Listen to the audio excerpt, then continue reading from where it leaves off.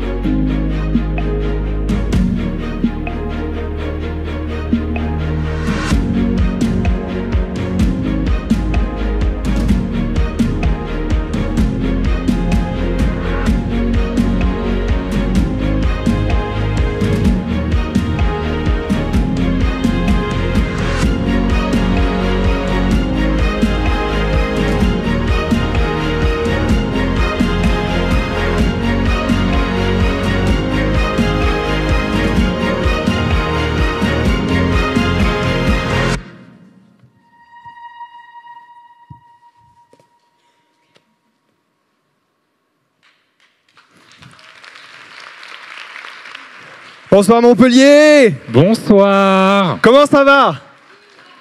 Oh, c'est un petit bide. Comment ça va? Hey, on fait une troisième fois. Comment ça va? Yepa! Bonjour et bienvenue dans ce ciné-expérience Cell Worlds. On est ravis d'être là avec vous. On espère que vous êtes toujours là, toujours chaud. On sait qu'il est 18h, vous avez vécu pas mal d'expériences. On va en vivre une assez unique aujourd'hui. On va vous présenter le concept, mais d'abord, il faut vous dire quelque chose. Cette expérience, elle vous est apportée par l'INSERM, l'Institut national de la santé et de la recherche médicale. Donc, s'il vous plaît, un tonnerre d'applaudissements pour eux.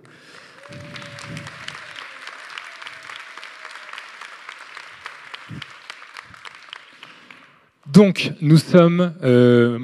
voici Renaud, et moi je suis Terence. Merci beaucoup. Nous faisons partie du collectif Exaltia, qui est un collectif de vulgarisation scientifique. On est des anciens chercheurs scientifiques et maintenant on est vulgarisateurs. Donc c'est pour ça qu'on a cet ADN de vouloir transmettre cet émerveillement pour les sciences du microscopique avec l'expérience que vous allez voir qui s'appelle Cell Worlds. Mais comment elle va se dérouler, Renaud, cette expérience ? Eh bien, cette expérience, elle va se dérouler en 3 temps. Vous venez déjà d'en vivre une espèce de avant-goût de l'expérience. Le deuxième temps, ça va être une projection d'un documentaire immersif où Terence et moi-même, nous allons faire la narration en live devant vous sur scène. Vous êtes chanceux, hein?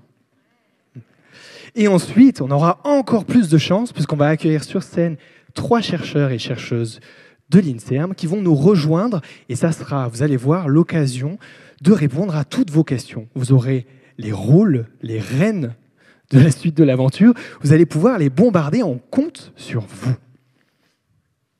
Sur ce, bon visionnage.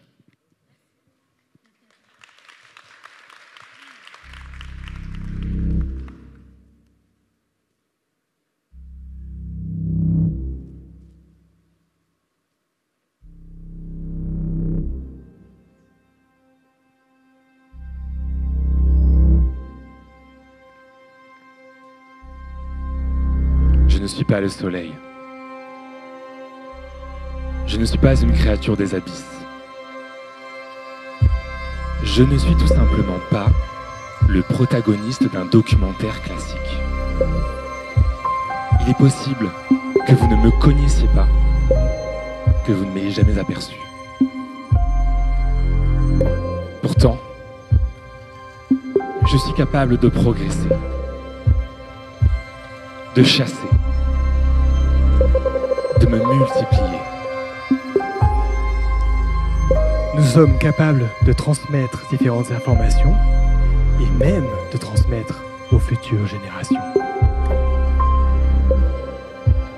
Et notre force, C'est de faire partie d'un groupe, d'une conscience collective, de symbiose et de synergie.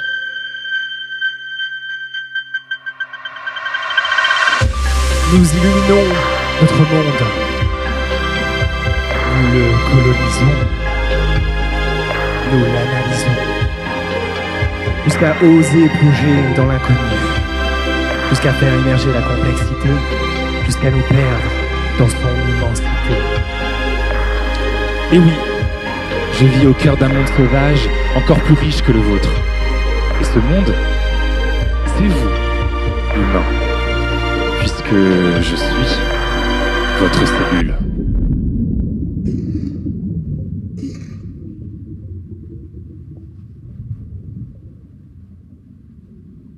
L'inconnu nous fascine tous.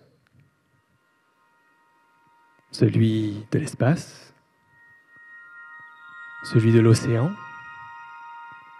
celui de la forêt équatoriale.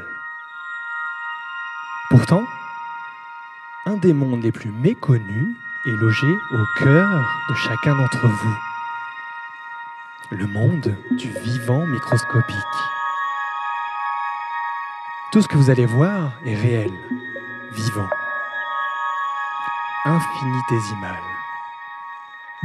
Plongé à l'échelle du micromètre, au cœur d'un monde 1 million de fois plus petit que le mètre. À cette échelle, celle des cellules. Il n'y a plus de différence entre l'humain, la souris ou le poisson zèbre.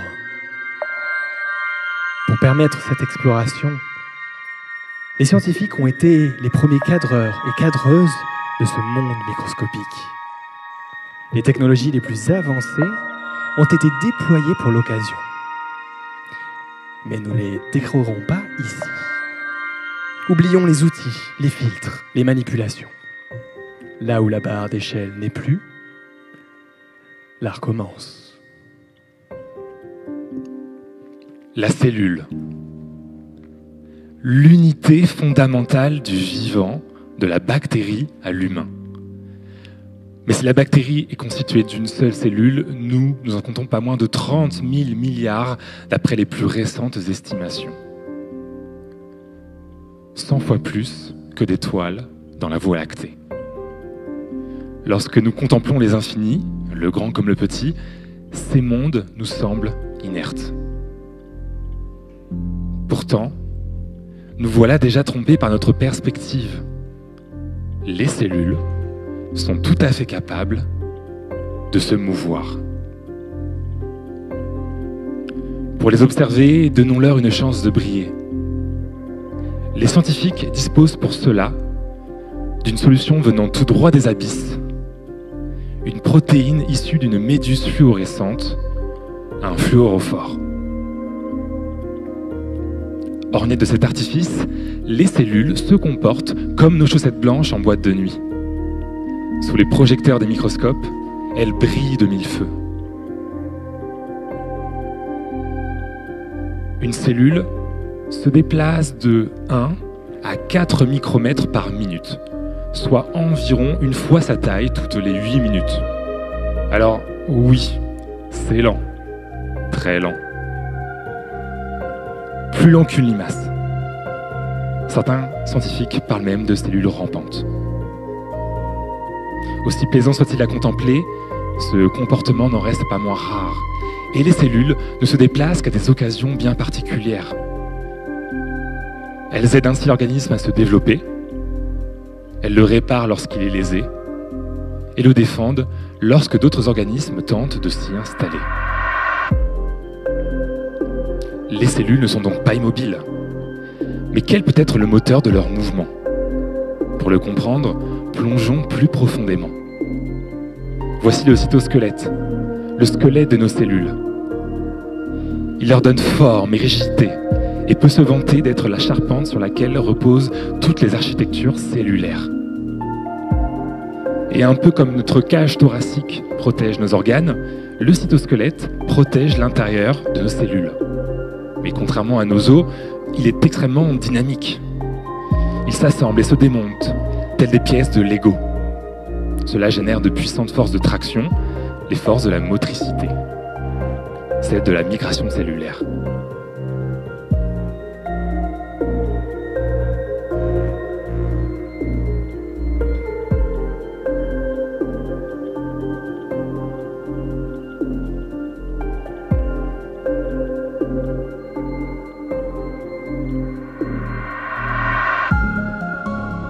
Le cytosquelette est un complexe assemblage de nombreuses protéines telles que l'actine et la tubuline. En s'assemblant les unes aux autres, elles forment de plus longs filaments, les microfilaments d'actine et les microtubules. L'ensemble est capable de s'auto-réparer et de répondre aux pressions mécaniques extérieures. Dans ce sac de nœuds microscopiques, il existe pourtant des points de repère d'où naissent et rayonnent ces filaments. Il s'agit des centrosomes, les centres organisateurs de la cellule. Plus surprenant encore, des poils et des cils hérissent certaines de nos cellules, comme ici celle de notre cerveau. Antennes sensorielles ou mises en action de fluides, leurs fonctions sont multiples.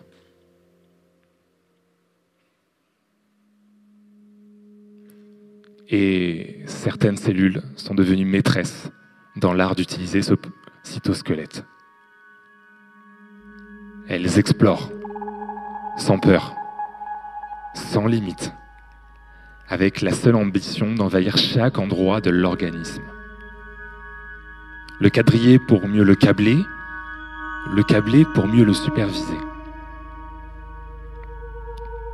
Ici sur un quadrillage adhésif, ces cellules révèlent toute leur souplesse. Et sous cette croissance dynamique se cache une faculté secrète. Il s'agit des cellules de notre système nerveux, nos neurones. Ils sont l'unité de base de nos pensées, la composante la plus élémentaire d'une émotion. Un chef-d'œuvre d'ingénierie de la nature, capable de réaliser des calculs statistiques simples. Et ici, vos neurones contemplent des neurones.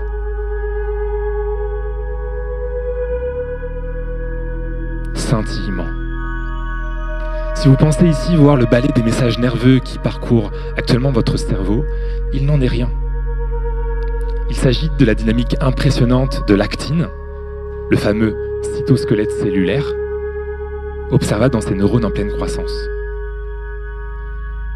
L'hypothèse est que ces vagues d'actine seraient chargées d'approvisionner l'extrémité des neurones pour maintenir leur croissance.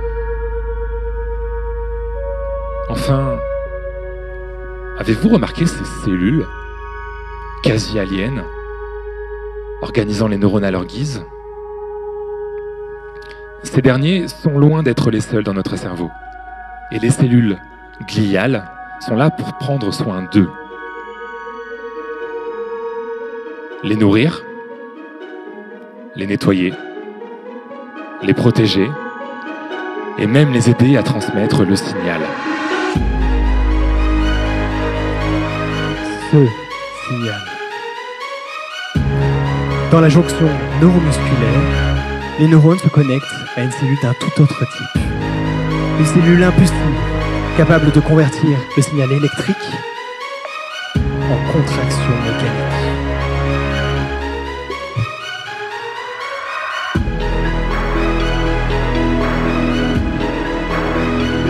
Les cellules musculaires présentent cette forme singulière, allongée, intimement liée à leur fonction. Sous l'ordre des neurones, ces fibres musculaires deviennent capables de se contracter pour actionner les muscles. Quand l'union fait la force, quand la force fait la contraction.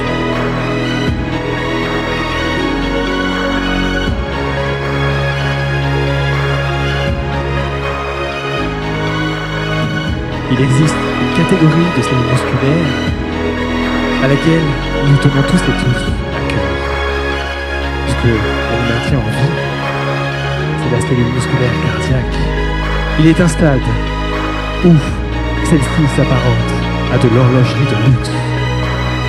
Le stade embryonnaire où quelques cellules battent courageusement pour maintenir la vie. Pour ne pas perturber l'organisme pour lequel il bat, c'est une dernière technologie appelée feuillet de lumière qui nous permet de contempler ici la contraction. Quand l'union fait la vie. Et pour maintenir la vie, il est d'un des mécanismes les plus emblématiques de ce monde microscopique, à la fois moteur de la multiplication et de la régénération, la division cellulaire. Oui, la cellule est la plus petite unité du vivant capable de se reproduire par elle-même. Aussi paradoxal que cela puisse paraître, des millions de cellules meurent chaque jour dans notre corps, sans que nous puissions le ressentir. Diviser nos cellules nous permet donc de remplacer celles trop vieilles ou trop abîmées suite à une blessure. Mais diviser une cellule, ce n'est pas chose aisée, puisque c'est aussi diviser le trésor qu'elle renferme, notre ADN. Si chaque cellule possède une relique de l'intégralité de notre patrimoine génétique, il ne faut pas que sa division altère l'information. Dépourvue de papier bulle, la cellule adopte une toute autre stratégie. Compacter notre ADN dans d'immenses molécules, les chromosomes. Il suffit alors de les répliquer, d'en placer une copie dans chaque future cellule, et le tour est joué. La vie peut continuer. Il est une division cellulaire qui n'est pas comme les autres. La toute première. Celle à laquelle nous avons toutes et tous un jour été réduits.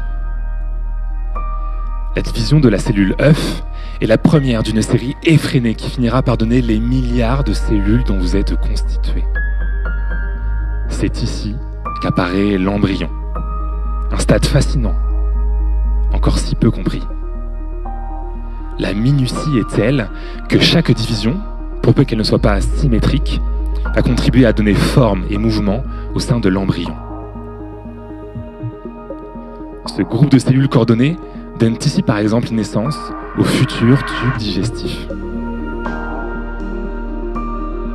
Tout semble fluide et liquide, et pour cause, les mécanismes qui régissent la forme des embryons, dans les premiers jours de la vie, suivent les mêmes contraintes que des bulles de savon.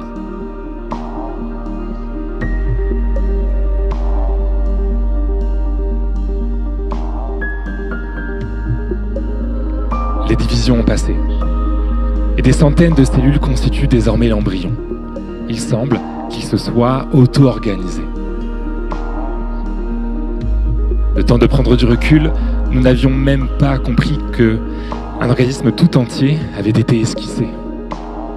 En quelques jours, c'est un poisson zèbre qui sortira de son œuf. La transparence de ce poisson nous permet de voir à l'intérieur, des couches les plus externes, l'ectoderme, aux plus profondes, l'endoderme. Aujourd'hui, un des grands défis restants autour de l'embryon, c'est d'en comprendre le plan de construction. Une cartographie des algorithmes du vivant, ceux qui font émerger la complexité à partir du néant.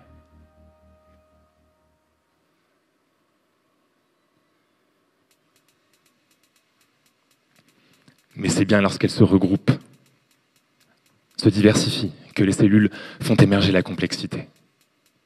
Celles menant aux organes qui remplissent une fonction plus élaborée que les cellules dont ils sont constitués. La complexité des formes, des fonctions, des mouvements, tels que nous pouvons le retrouver dans l'intestin.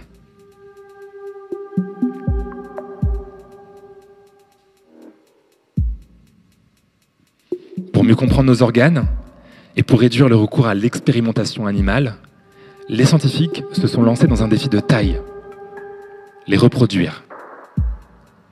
Les organoïdes sont ces amas de cellules souches capables de recréer la fonction d'un véritable organe, tel que l'intestin.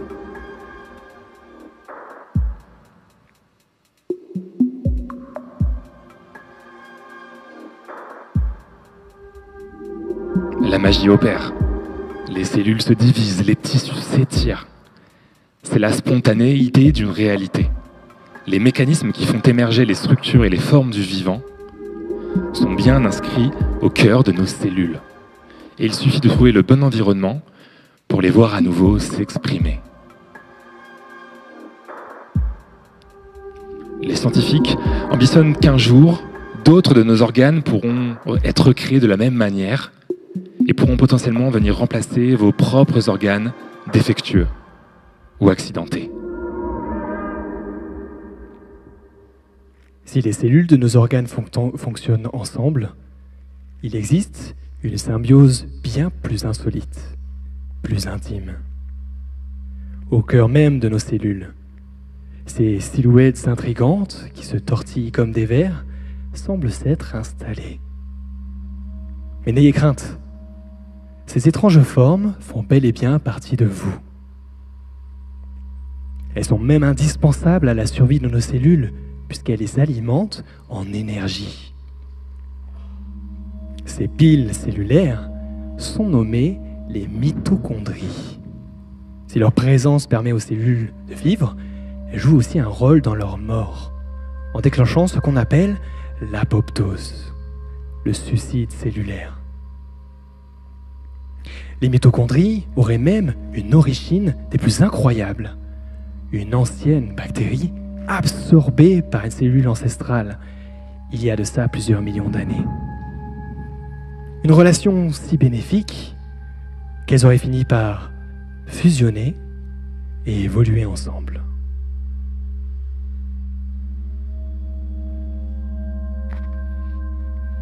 Mais les relations ne sont pas toujours aussi roses. Elles peuvent être aussi conflictuelles. Lorsqu'un intrus pénètre notre précieux territoire, nos organismes déploient diverses combattantes, des cellules du système immunitaire. Parmi les meneuses de guerre se trouve cet individu aux allures dansantes, le lymphocyte T. Ces cellules patrouillent aux quatre coins de l'organisme, traquant les ennemis qui se cachent dans la foule. Puisque le danger peut aussi venir de l'intérieur, les lymphocytes T sont éduqués à reconnaître des rebelles au comportement incontrôlable, les cellules cancéreuses.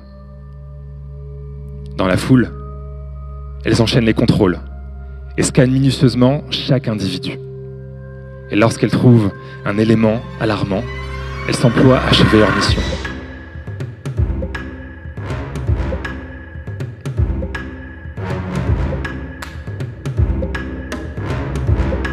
En se collant à l'ennemi, les lymphocytes T leur portent une charge neutralisante, des granules toxiques, délivrés dans un ultime baiser mortel. Un processus qui élimine non seulement les cellules rebelles, mais aussi celles compromises par un agent étranger. Depuis ces cellules infectées par un virus, un signal rayonne, dessinant des vagues dont on ne saisit toujours pas la fonction. Serait-ce un leurre du virus pour se propager aux voisines? Ou bien le cri d'alarme, signalant l'infection?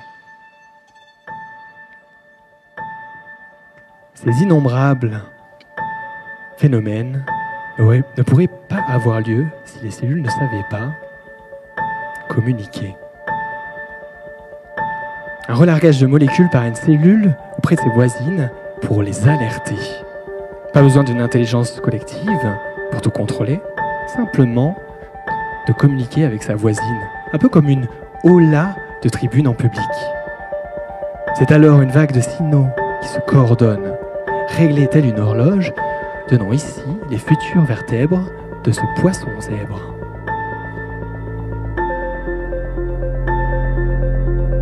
Communiquer.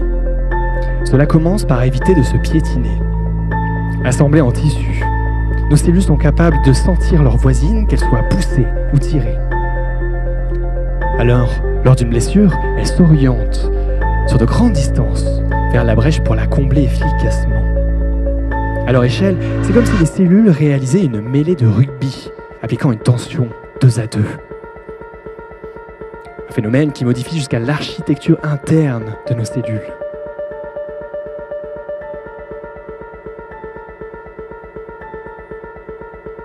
Ces mécanismes sont présents jusqu'au modelage même de l'embryon. À l'instar d'un souffleur de verre qui joue avec sa création en la réchauffant, l'embryon est capable de moduler sa fluidité dans certaines zones et de consolider d'autres parties dans d'autres endroits. Dans de tels mouvements de foule, il arrive que des cellules refusent de coopérer. Des cellules cancéreuses qui, à l'âge adulte, peuvent envahir l'intégralité de l'organisme. Et c'est en étudiant cette perte de contrôle que nous pourrons demain potentiellement les éviter.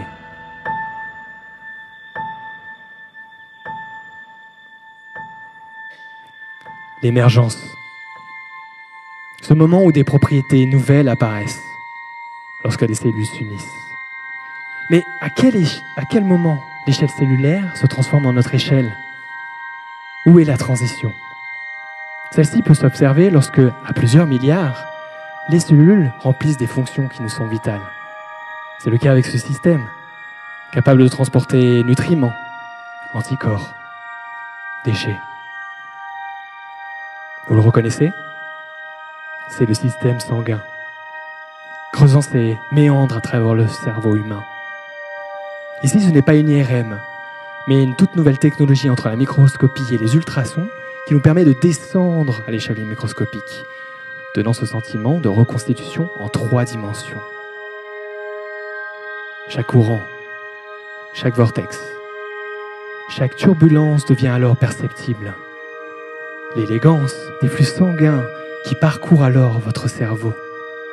Et nous possédons toutes et tous une copie de ce chef-d'œuvre.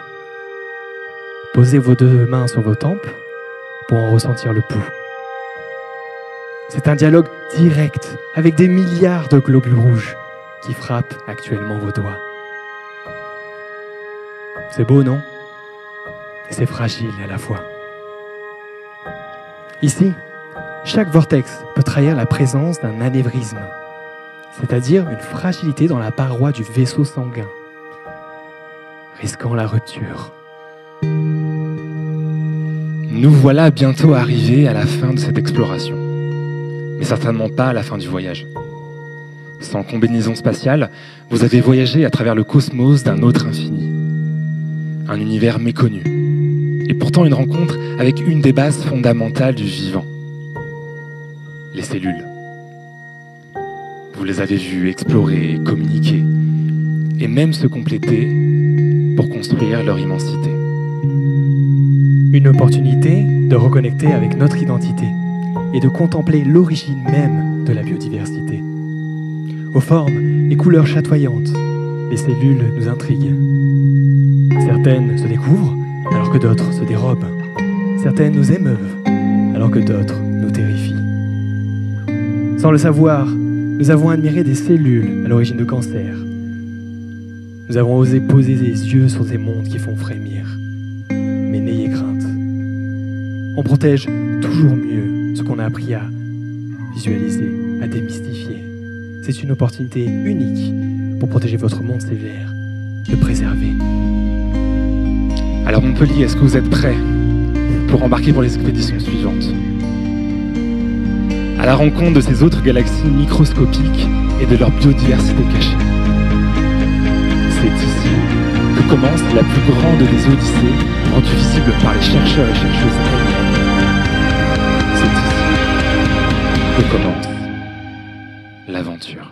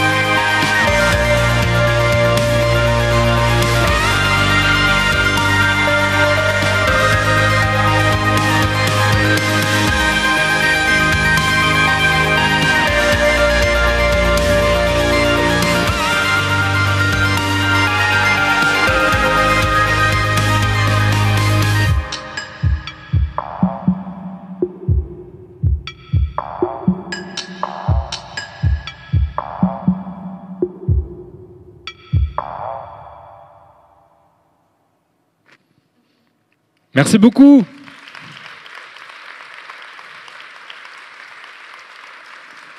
Comment est-ce que ça va? Est-ce que vous avez passé un bon moment? Ça vous a détendu? Ça vous a excité? Dans quel état vous êtes là? Très détendu, j'ai Il y a de entendu devant. C'est bien, c'est bien. Très bien. Alors sachez, il faut qu'on le rappelle, sachez que dans les images que vous avez vues, il y a plusieurs équipes de l'INSERM. Là, on va avoir la chance de pouvoir échanger avec d'autres. Mais avant toute chose, on aimerait aussi vous dire que, par exemple, les flux sanguins, c'est une équipe de l'INSERM. C'est une technologie unique au monde qui permet à la fois d'être esthétiquement très beau, donc ça, c'est des productions de chercheurs, mais en plus utile. C'est-à-dire qu'aujourd'hui, c'est une technique révolutionnaire qu'ils sont en train de mettre en place pour essayer de détecter des anévrismes en avance, faire de la prévention, sans avoir à ouvrir la boîte crânienne. Ce qui est quand même pas mal, non? C'est pas mal. Ouais.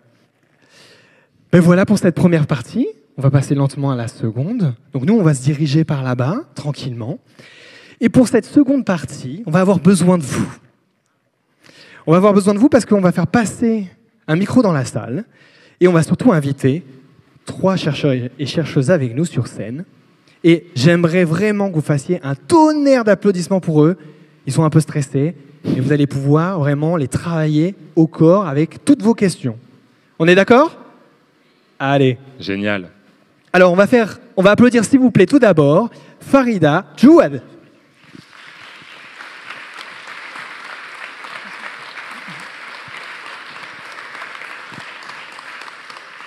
Allez, on enchaîne. On va aussi appeler Rolly de la Cruz.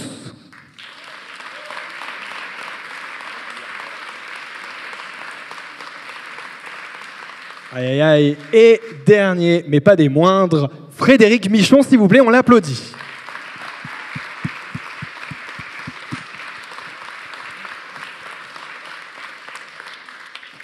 Merci beaucoup. Du coup, on va pouvoir avoir des micros dans la salle. Vous allez pouvoir poser toutes vos questions. Il n'y a pas de mauvaises questions. On peut partir dans toutes les directions. Vous allez voir, et on pourra y revenir, il y a les images des chercheurs qui sont juste devant nous, qui en plus sont diffusées derrière. Donc, on pourra rebondir dessus, avoir un peu de matériel inédit par rapport au documentaire. Est-ce que quelqu'un veut se lancer et aurait une première question, je ne sais pas, sur ce qu'on a vu, sur les couleurs, sur l'origine des images, les technologies, etc. Est-ce qu'on a une première question? Petite question de chauffe. Oh, bah ça lève déjà Il y là-bas. a déjà 2 questions. Bonsoir à tous et bravo pour ce reportage inoubliable. J'ai une question. J'ose espérer que ces images n'ont pas été élaborées en partie par l'intelligence artificielle. On vous laisse répondre, chers chercheurs et chercheuses, parce que c'est ça. Oui, bonsoir à tous. Je vais d'abord me présenter. Je suis Farida Djoua, directrice de recherche à l'INSERM. Je travaille à l'Institut de médecine régénératrice et de biothérapie de Montpellier et je peux confirmer que ces images n'ont pas été réalisées ou montées grâce à l'intelligence artificielle. Donc, ce qu'on vient de voir, ce sont des images de cellules qui sont dans la vraie vie. Elles ne sont pas colorées, ces cellules, elles sont transparentes, mais on l'a expliqué ce soir, en fait, on arrive à faire exprimer à ces cellules des protéines fluorescentes qui ont été identifiées chez la méduse, notamment ces protéines vertes qu'on a pu voir, la GFP pour Green Fluorescent Protein, et on peut introduire cette GFP, cette protéine dans la cellule, et elle va pouvoir être allumée sous contrôle d'un promoteur, un interrupteur génétique. Donc on arrive à faire exprimer à la cellule ces protéines fluorescentes et on arrive à avoir les très jolies images qu'on a vues ce soir. Et aussi fou que cela puisse paraître, donc peut-être ça vous a interpellé quand vous avez vu les images de flux sanguin. Donc là, il se trouve que le chercheur a imagé des mouvements des flux sanguins dans le cerveau grâce aux ultrasons. Les ultrasons, on ne peut pas les voir avec nos yeux. C'est des ondes sonores. Donc en fait, ce qu'il a fait, c'est qu'il a mis des petites billes sur les mouvements. Et tout ce qu'on voit, en effet, les billes sont des billes en 3D, mais les mouvements sont réels. C'est-à-dire que si on avait la possibilité de voir les ultrasons, toutes les petites fluctuances, les petites vortex, on verrait exactement ça. Il n'y a pas de travail d'IA derrière. Alors maintenant, pour des grosses données, je crois qu'il y a des chercheurs qui commencent à utiliser de l'IA, pas pour générer les images, mais pour traiter les données. Mais ça sera peut-être pour une autre question. Est-ce qu'on a une seconde question dans la salle ?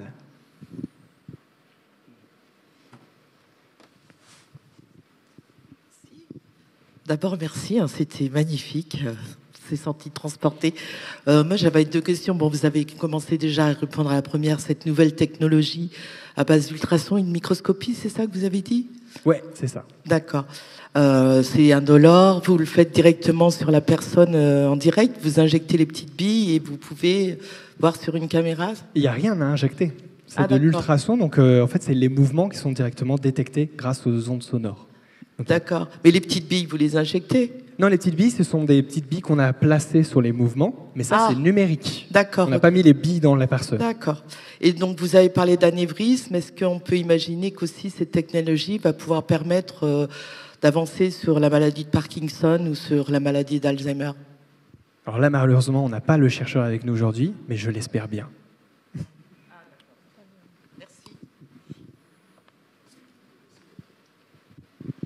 Est-ce qu'on a une troisième question ? Et après, tout au fond. Bonsoir, merci beaucoup pour ce film extraordinaire.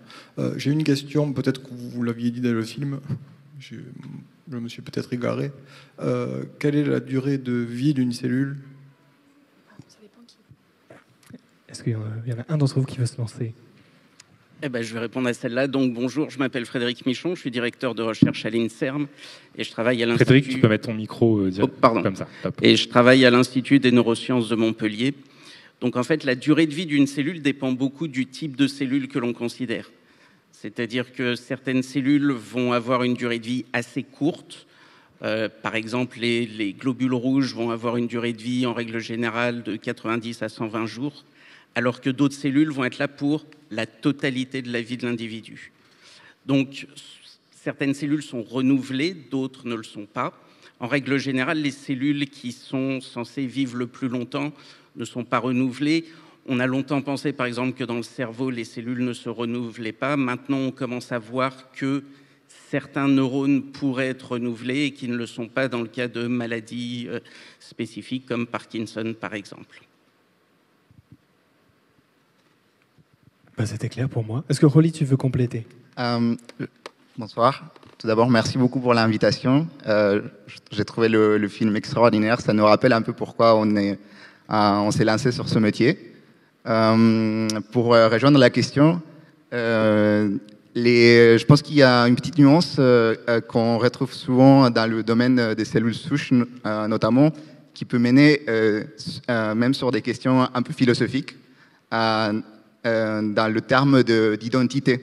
C'est-à-dire, la question, ce serait plutôt de quel est le temps de vie d'une cellule avec une certaine identité.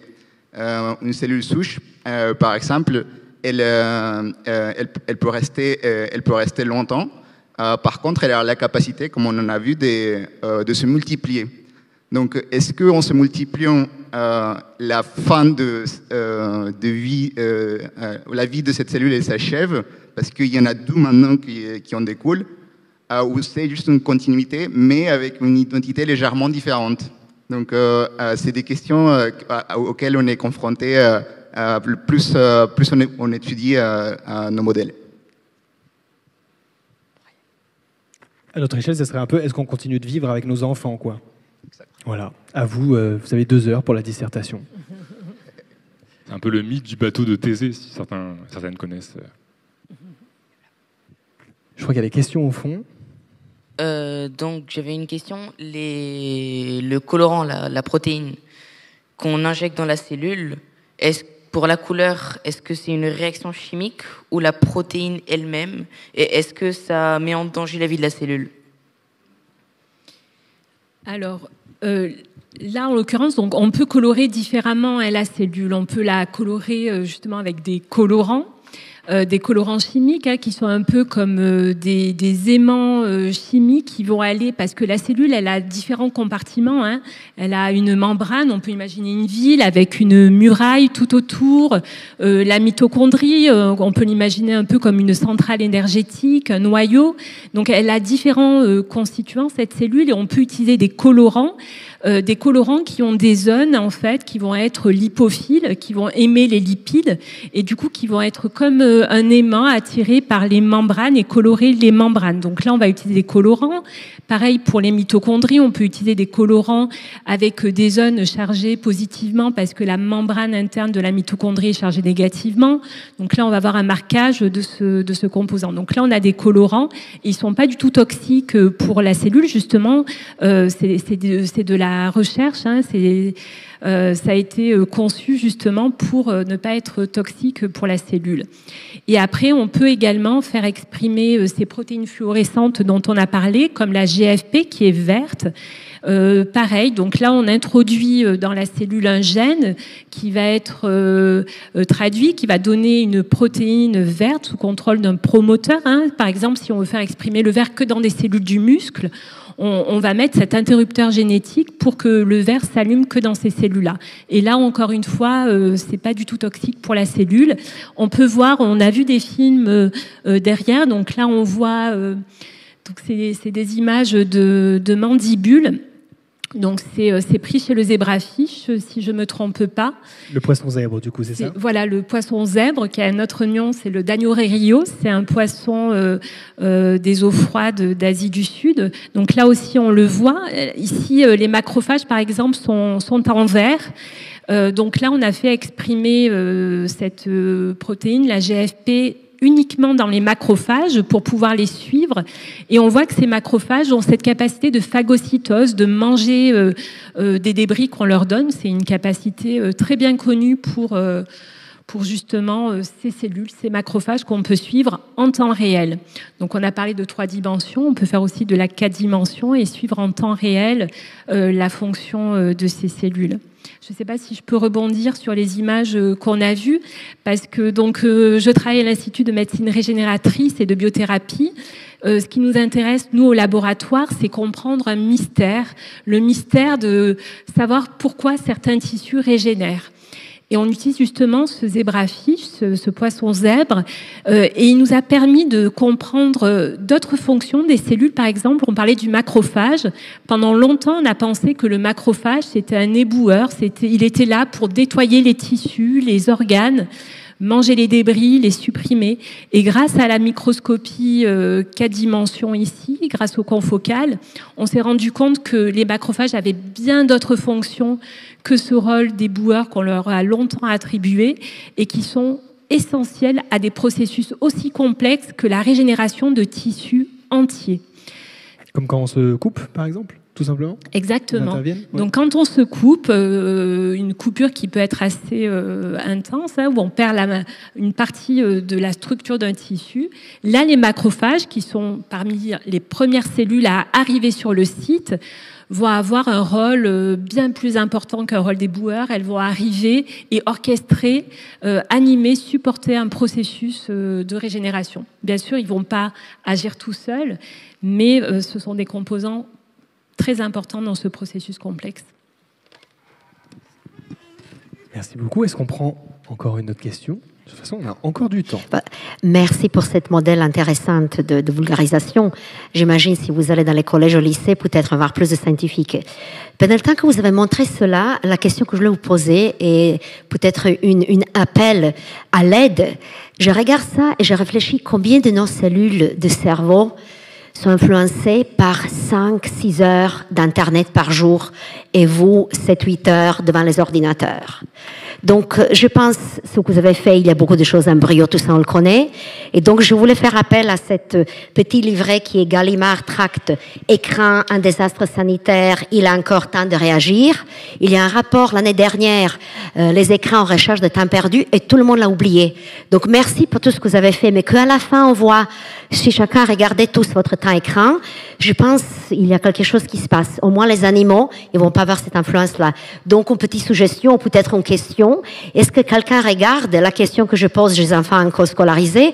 Quel est le temps écran maximal, comme un verre de vin, 3 verres de vin, 2 bouteilles de vin, où un enfant ne devrait pas passer plus d'1 heure, ou 2 heures, ou 3 heures, parce qu'ils ont tous cet fameux ordinateur de la région. Et donc, combien de cellules seront détruites avant qu'on sait nombre d'heures maximum par jour? Merci. Je vais peut-être répondre à celle-là parce que je suis spécialisé en ophtalmologie, donc... Vous avez de la chance. Le temps d'écran, c'est quelque chose qui, bien sûr, intéresse non seulement la population générale, mais aussi les ophtalmos et les chercheurs spécialisés en ophtalmologie. Donc oui, il y a une modification au niveau de la structure du cerveau. Plus on passe de temps devant l'écran, plus ce cerveau se modifie. On a aussi une modification de la forme de l'œil qui va aller vers une tendance à la myopie. Donc on sait qu'il y a une explosion des cas de myopie chez les enfants et il n'y a pas à chercher bien loin. En fait, l'écran, c'est vraiment ce qui provoque la myopie chez les enfants. Maintenant, pour savoir sur le long terme, qu'est-ce que 1 heure, 2 heures, 3 heures d'écran vont faire sur un cerveau d'enfant une fois que ces enfants seront à l'âge adulte, ça, malheureusement, on ne peut pas faire ce type d'expérimentation. On ne peut que regarder les aspects cognitifs des enfants qui vivent dans différents pays et qui donc sont soumis à différents temps d'écran. Mais à l'heure actuelle, il est vraiment impossible de dire quel va être sur le long terme les effets d'une exposition pour un enfant, que ce soit 1 heure ou 6 heures par jour. À l'heure actuelle, on ne sait pas du tout. Ben merci beaucoup. On va prendre une autre question. On a au moins 2. On a au moins 3. Du coup, vous avez parlé des anévrismes, mais dans quel autre domaine ou pathologie vous allez pouvoir utiliser cette technologie? Pardon, excusez-moi, est-ce que vous pouvez répéter la question? Vous avez parlé des anévrismes. Où est-ce que vous allez pouvoir utiliser cette technologie est-ce qu'il y a des domaines où, pour quelle pathologie? La technologie ultrason? Oui. Eh bien, moi, je ne suis pas le scientifique qui a développé ça, donc je vais me permettre de battre en touche, sauf s'il y a quelqu'un qui connaît un peu cette technologie-là. Mais sinon, je vous invite à aller voir le travail de Alexandre Dizeux, qui est en Île-de-France, INSERM, et vous pourrez aller voir un peu son travail. Il fait pas mal de vulgarisation sur un magazine en ligne qui s'appelle The Conversation, il me semble. Donc vous pourrez aller voir un peu tout ça, et je pense que c'est facile de trouver les autres applications qu'il y a. Et vous en parlez parce que c'est récent, pardon? Oui, c'est tout récent et c'est Cocorico, je crois. C'est surtout une vraie révolution développée en France. Et il me semble qu'il y a des histoires de... Frédéric, tu voulais rebondir Ouais, je vais peut-être rebondir là-dessus. Cette technologie commence à être regardée de plus en plus pour l'ophtalmologie, en particulier pour la dégénérescence de la rétine. Il y a certaines maladies de la rétine qui provoquent des décollements à cause d'un infiltrat séreux. C'est-à-dire qu'en fait, c'est un liquide qui va se mettre sous la rétine et qui va la décoller. Et en fait, grâce à ce type de technologie, on pourrait voir exactement d'où vient le décollement sans avoir à injecter de produits de contraste. C'est quelque chose qui serait extrêmement utile pour les chirurgies qui seront à faire pour recoller la rétine. Ouais, le vrai bonus, c'est qu'on n'a plus besoin de couper, injecter ou quoi que ce soit. On reste à l'extérieur et... Le problème des produits de contraste, c'est que n'importe qui ici peut être allergique sans le savoir. Et on ne le sait qu'une fois que le produit de contraste est injecté, donc c'est un peu gênant. Il nous reste une petite dizaine de minutes de questions. Est-ce qu'il y a d'autres questions? Oui, ah oui. Bonsoir, merci pour cette présentation. Moi, j'avais une question. Je voulais savoir comment vous aviez observé, d'où provenaient les cellules que vous avez observées. Vous avez parlé tout à l'heure du poisson zèbre. Donc, je me demandais si vous aviez prélevé directement sur l'animal ou comment vous avez réussi à isoler ces cellules. Donc en fait, on travaille sur l'animal entier. On dit qu'il est transgénique, il est modifié génétiquement pour qu'on puisse suivre ces cellules en temps réel. On travaille à un stade où la larve est transparente, ce qui nous permet de pouvoir faire ces images sans être invasif. D'accord, merci. Je peux prendre ? Oui, peut-être si vous voulez aussi répondre, vous, sur vos modèles, d'où viennent vos cellules, et nous, on peut aussi après peut-être répondre avec Renaud sur d'autres origines pour d'autres... Alors moi, de mon côté, en travaillant en ophtalmologie, j'ai besoin d'un système entier parce que ce sont des maladies qui sont multifactorielles et je m'intéresse principalement aux tissus transparents de la surface de l'œil et donc j'ai besoin de tout l'organisme. Donc certaines images que l'on fait pour nos recherches sont faites au CHU de Montpellier, puisque les patients peuvent avoir de l'imagerie de la surface de l'œil, mais il y a d'autres images qui proviennent effectivement d'animaux qui ont des protéines fluorescentes exprimées à la surface de l'œil. Oui, dans mon cas, j'utilise plutôt des cellules qu'on met en culture et où on les laisse pousser. Et on étudie, par exemple, il y a un petit film, peut-être vous allez revoir, où il y a tout un ensemble de cellules qui bougent pour remplir une blessure. Donc ça, c'est un modèle entièrement au laboratoire sur les cellules elles-mêmes. J'ai aussi deux images qui montrent différentes façons de suivre un phénomène. Par exemple, pour la migration, pour le mouvement des cellules, on n'utilise pas de colorant, on n'utilise pas de rapporteur génétique, on suit juste le contraste qu'elles sont de façon intrinsèque en réponse à la lumière par rapport au bruit de fond. Puis j'ai une autre image où on utilise plutôt une technique qui s'appelle de l'immunomarquage, qui, en gros, il s'agit d'utiliser des anticorps qui sont couplés avec des fluorochromes et qui vont se coller spécifiquement sur des protéines qui nous intéressent. Moi, personnellement, je m'intéresse aux connexines, qui c'est des protéines qui permettent de créer des ponts entre les cellules et leur permettre de communiquer sur des processus beaucoup plus larges comme la régénération ou la réparation des tissus. Du coup, c'est des cellules de laboratoire, donc c'est des cellules quoi, cancéreuses, c'est des modèles qui viennent... Oui. Les cellules auxquelles je m'intéresse, elles proviennent d'un état embryonnaire, donc c'est un état très très très jeune et qui ont des capacités bien plus accrues pour des processus comme la régénération. C'est des cellules qui ont la capacité de bouger plus vite. C'est des cellules qui peuvent se multiplier à des taux bien plus élevés et qu'en plus de ça, elles peuvent libérer des signaux pour aider les autres cellules à survivre, à bouger, à compléter des processus à grande échelle qu'autrement, dans leur absence, ce n'est pas possible. Est-ce que nous, on cite d'autres exemples qu'on est dans le documentaire? Chacun un. Allez. Vas-y, toi d'abord. En fait, dans le documentaire, vous avez vu plein de cellules différentes. Ce qu'il faut garder en tête, c'est que vous avez vu ce chapitre où on parle de petits organes, ça s'appelle organoïdes. Ça, c'est une alternative qui est en train d'être vraiment émergée et poussée au niveau international, parce que les chercheurs essaient vraiment de s'extraire de l'expérimentation. Ils essaient vraiment d'avoir juste reproduire des organes à partir de dons de cellules. On leur donne des cellules, c'est des patients, des gens de l'hôpital, et eux, ils essaient de reconstituer des organes avec, pour justement s'extraire de tout ce qu'on fait de base dans le laboratoire. Et on a vu plein de choses. Qu'est-ce qu'on Oui, dans le chapitre embryon, on a aussi vu des cellules de drosophiles, c'est des toutes petites mouches.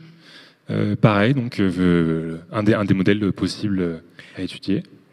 Drosophile, poisson zèbre, on a dit. Donc cellules humaines pour notamment certains organoïdes. Je crois qu'il y a du concombre de mer aussi. Concombre de mer, exactement. Je crois, ouais. Qui est très utilisé pour la régénérescence, la régénération cellulaire. En fait, comme c'était dit dans le documentaire, en fait, à cette échelle-là, les modèles qui sont utilisés sont très variables parce qu'ils apportent des avantages et des inconvénients pour répondre à certaines questions. Et surtout, à cette échelle-là, il n'y a pas de différence. C'est-à-dire que si on regarde une cellule de zébrafiche, poisson zèbre, et les vôtres, si on ne regarde pas, bien sûr, l'ADN, on ne pourra pas faire la distinction. C'est-à-dire que vous n'êtes pas différenciable. Bon, c'est un gros message de tolérance que j'essaie de vous envoyer, c'est protéger les zébrafiches. Mais voilà, c'est très variable. Et il y a même des cellules en laboratoire, je me permets de rajouter l'anecdote. Il fut un temps, une femme qui s'appelle Henrietta Lacks, qui est tombée malade et qui est même morte d'un cancer. Et c'est la première femme immortelle. C'est d'ailleurs la seule femme immortelle, je crois, puisqu'elle a donné ses cellules à la science. Enfin, je ne sais pas trop si elle a donné son consentement, mais la science, à cette époque-là, était faite autrement. Et aujourd'hui, ces cellules sont cultivées partout dans le monde. Et elles sont un modèle précieux pour justement faire de l'expérimentation sur des modèles qui permettent de ne pas avoir recours à l'animal. Il nous reste 3 minutes. Il y a beaucoup de questions. Oui, pardon, vas-y. Rebondir. Donc, oui, on fait des organes in vitro, donc à partir de cellules qu'on reprogramme et qu'on différencie. Et on va un petit peu plus loin en faisant des assembloïdes. Donc, on rassemble plusieurs organes parce que les organes communiquent. Donc, le tissu est pas inerte, les cellules communiquent, mais les organes aussi communiquent entre eux. Donc on va même un peu plus loin jusqu'à faire des assembloïdes, à avoir plusieurs petits organes comme ça dans la boîte de pétri pour étudier. On peut s'en servir donc pour mieux comprendre des maladies, mais aussi étudier des biothérapies sur ces modèles-là. Et ça, c'est un pas vers la médecine de demain. Est-ce qu'il y a encore des questions? J'en vois plein, mais je ne sais pas où est le micro. Il nous reste 2 minutes 33. Est-ce qu'on reste 1 heure de plus? Tout d'abord, merci pour votre présentation. Alors, je vois que le grossissement est très important. Donc, la question que je me pose, quelle est la part de l'outil et de l'objet observé? Parce que je suppose qu'il y a des interactions. Merci. Quelqu'un veut répondre? Moi, je ne suis pas très bien sûr d'avoir compris la question. Ouais, en fait, vous demandez quel est le grossissement global que l'on peut avoir sous un microscope? Justement, puisque c'est un microscope électronique, donc moi je pense que entre le microscope électronique et l'objet observé, il doit y avoir une certaine interaction, parce que le microscope électronique va bombarder l'objet observé. Donc du coup, il va y avoir un certain comportement de l'objet observé. Alors, donc, est-ce qu'il y a 1 millionième de vérité ou alors voilà, c'est ça que je voulais savoir. Alors là, la question devient hyper intéressante. Donc, tout ce qu'on a vu là, c'est ce qu'on appelle de la microscopie photonique. Donc la microscopie électronique, c'est quelque chose un petit peu à part, ça permet de voir l'ultrastructure des cellules.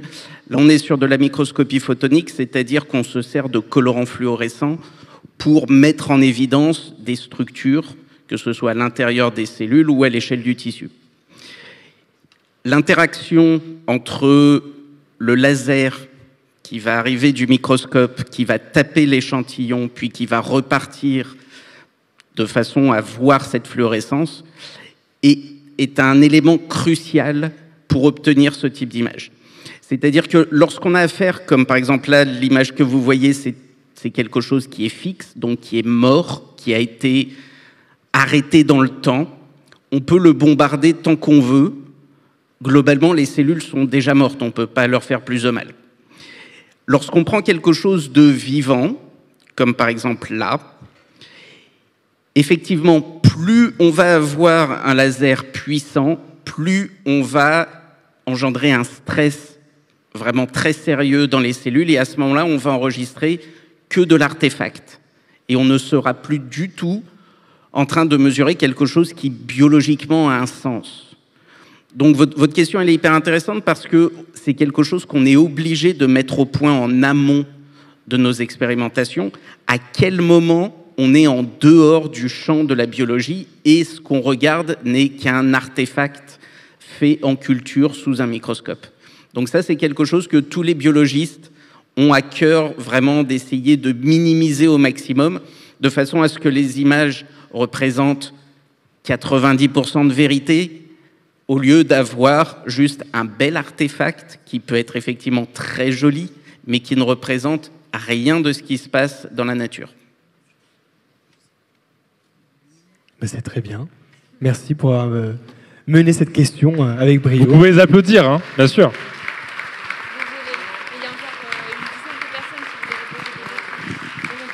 C'est déjà la fin de cette expérience. Voilà, effectivement, vous allez tous me détester de devoir mettre un terme à ce moment qui était tout à fait exceptionnel. Donc voilà, nous tenions vraiment à vous remercier, tous les 5, à vous applaudir pour ces images incroyables, pour cette interactivité, pour ces questions, pour ces réponses. Donc merci infiniment, c'était vraiment une très belle manière de clôturer cette première journée de Futurapolis Santé. Merci également bien sûr à l'INSERM et on se retrouve donc demain pour la poursuite de nos conférences dès 10h. Merci encore, merci beaucoup.